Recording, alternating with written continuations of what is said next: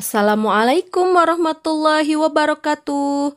Apa kabar semuanya? Selamat datang kembali di tempat belajar menyenangkan. Pada video kali ini, kita akan membahas materi bahasa Indonesia, yaitu tentang paragraf, ide pokok, dan simpulan. Sebelumnya, kalian persiapkan dulu alat tulis kalian. Dan jangan lupa subscribe, bunyikan lonceng notifikasi, dan like. Terima kasih. Paragraf adalah gabungan beberapa kalimat yang saling berhubungan, yang disusun menjadi padu. Dalam sebuah paragraf biasanya terdapat satu gagasan utama atau satu ide pokok. Ide pokok atau gagasan utama adalah gagasan pokok yang menjadi pengembangan paragraf. Ide pokok atau gagasan utama biasanya terdapat pada kalimat utama. Berikut ini adalah langkah-langkah menemukan ide pokok dalam sebuah paragraf. Yang pertama, bacalah semua paragraf dengan seksama. Kemudian, tentukan kalimat utama dan kalimat penjelas. Setelah itu, temukan informasi yang terdapat dalam kalimat utama. Kalimat utama adalah kalimat pokok atau kalimat yang menjadi dasar pengembangan paragraf. Kalimat utama biasanya terdapat di awal paragraf, yang disebut dengan paragraf deduktif. Kalimat utama yang terdapat di akhir paragraf biasanya disebut paragraf induktif, dan kalimat utama yang terdapat di awal dan akhir paragraf disebut paragraf campuran. Selain kalimat utama, dalam paragraf juga terdapat kalimat penjelas. Kalimat penjelas adalah kalimat yang menjelaskan kalimat utama. Kalimat penjelas pada umumnya lebih dari satu kalimat. Letaknya berada sebelum atau sesudah kalimat utama.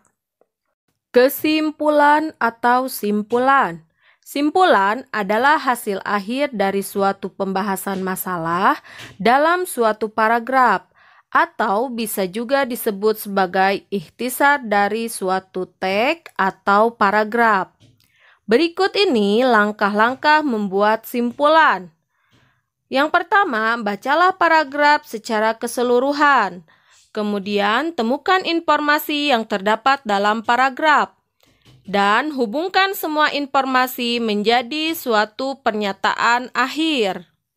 Coba perhatikan contoh berikut ini.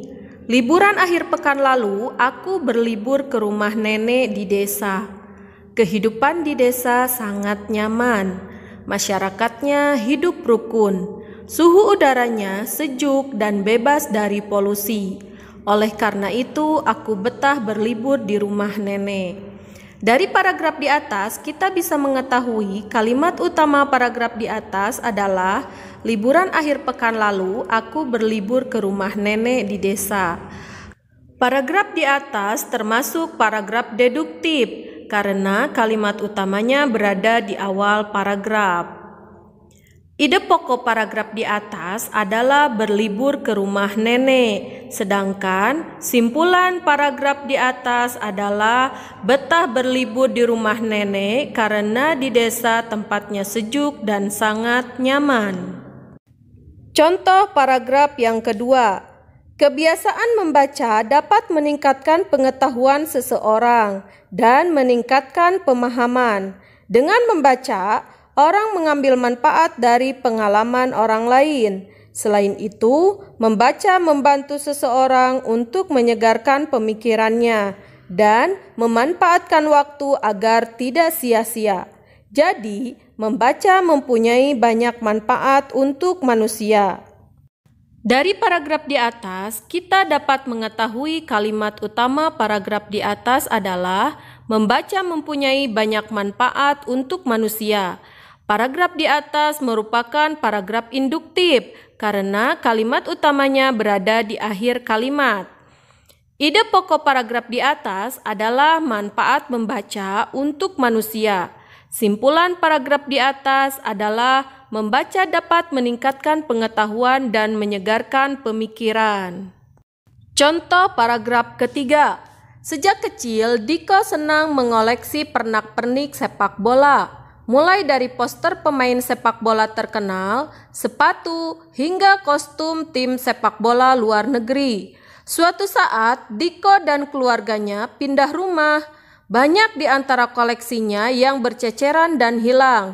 Meskipun demikian, Diko tetap saja senang mengumpulkan pernak-pernik sepak bola. Dari paragraf di atas, kita mengetahui bahwa ada dua kalimat utama dalam satu paragraf. Yang pertama, kalimat utama berada di awal paragraf, yakni sejak kecil Diko senang mengoleksi pernak-pernik sepak bola. Yang kedua, kalimat utama berada di akhir paragraf, yaitu Diko tetap saja senang mengumpulkan pernak-pernik sepak bola. Paragraf di atas merupakan paragraf campuran karena kalimat utamanya berada di awal dan di akhir paragraf. Jadi, di dalam paragraf campuran terdapat dua kalimat utama. Kalimat terakhir biasanya mengulangi gagasan yang dinyatakan kalimat pertama dengan tambahan-tambahan sebagai penguat. Ide pokok paragraf di atas adalah Diko senang mengoleksi pernak-pernik sepak bola. Sedangkan simpulan paragraf di atas adalah Diko senang mengoleksi pernak-pernik sepak bola seperti poster, sepatu, dan kostum tim sepak bola. Demikianlah materi pada video kali ini. Mudah-mudahan bermanfaat untuk kalian. Terima kasih. Wassalamualaikum warahmatullahi wabarakatuh.